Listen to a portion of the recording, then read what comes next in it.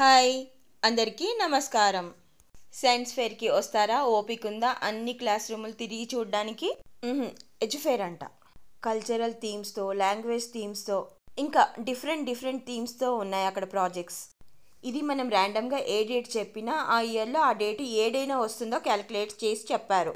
ఆశ్చర్యంగా అదే స్కూల్లో స్టేజ్ పర్ఫార్మెన్స్ పైన ఒక చిన్న అబ్బాయి ర్యాండమ్గా ఏ డేట్ ఇచ్చినా క్విక్గా వెంటనే డే చెప్పేశాడు, ఇంత క్యాలిక్యులేషన్స్ ఏమీ చేయకుండా. కోర్స్ ఇలాంటి ఆశ్చర్యపరిచే విషయాలు మనం ఎన్నో చోట్ల వినే ఉంటాం. అయినా సరే పిల్లల్ని ఒకరి స్ట్రెంగ్త్ని మరొక స్ట్రెంగ్త్తో కంపేర్ చేయకూడదు కదా.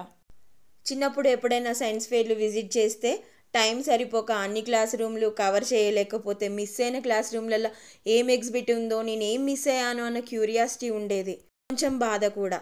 ఇప్పుడు మాత్రం కొన్ని క్లాస్ రూమ్లు తిరగగానే అయిపోయింది ఓపికంతా. అందుకోసమే మిమ్మల్ని వీడియో బిగినింగ్లో అడిగాను ఓపిక ఉందా అని. ఇంకా మొత్తం క్లాస్ రూమ్స్ వెళ్ళనే లేదు, పెద్ద పిల్లల ఎగ్జిబిట్స్కి అయితే చూడనే లేదు. వాళ్ళు ఎక్స్ప్లెయిన్ చేసి నిలబడే అయ్యేసరికి ఆయనతో ఓపిక పోతుందని. ఈ రూమ్లో ఒక సరదా సన్నివేశం జరిగింది. చిన్నపిల్లల లాంగ్వేజ్ రూమ్ ఇది. హాయిగా ఆడుతూ పాడుతూ యాక్షన్స్ చేస్తూ చెప్పారు.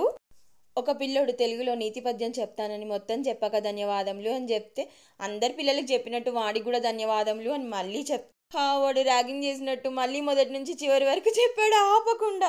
ఒరే చాలరా మళ్ళీ ఎందుకురా అన్నా సరే మొత్తం అయిపోయే వరకు ఆపలేదు. చిన్నపిల్లలు చేసే ఇలాంటి చిలిపి అల్లర్లు కొన్ని రోజుల వరకు మనల్ని సంతోషంగా ఉంచుతాయి. చూడండి, అన్ని ప్రాజెక్ట్స్ అన్ని ఎగ్జిబిట్స్ చూసిన తర్వాత పిల్లలు చెప్పిన సబ్జెక్ట్ విషయాల కంటే వాడు చేసిన చిలిపి పని నా మెదడులో ఎక్కువగా నిల్చుంది.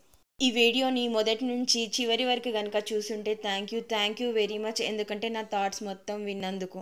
ఈ ఆకు చూడగానే విందు భోజనం అనిపిస్తుంది కదా.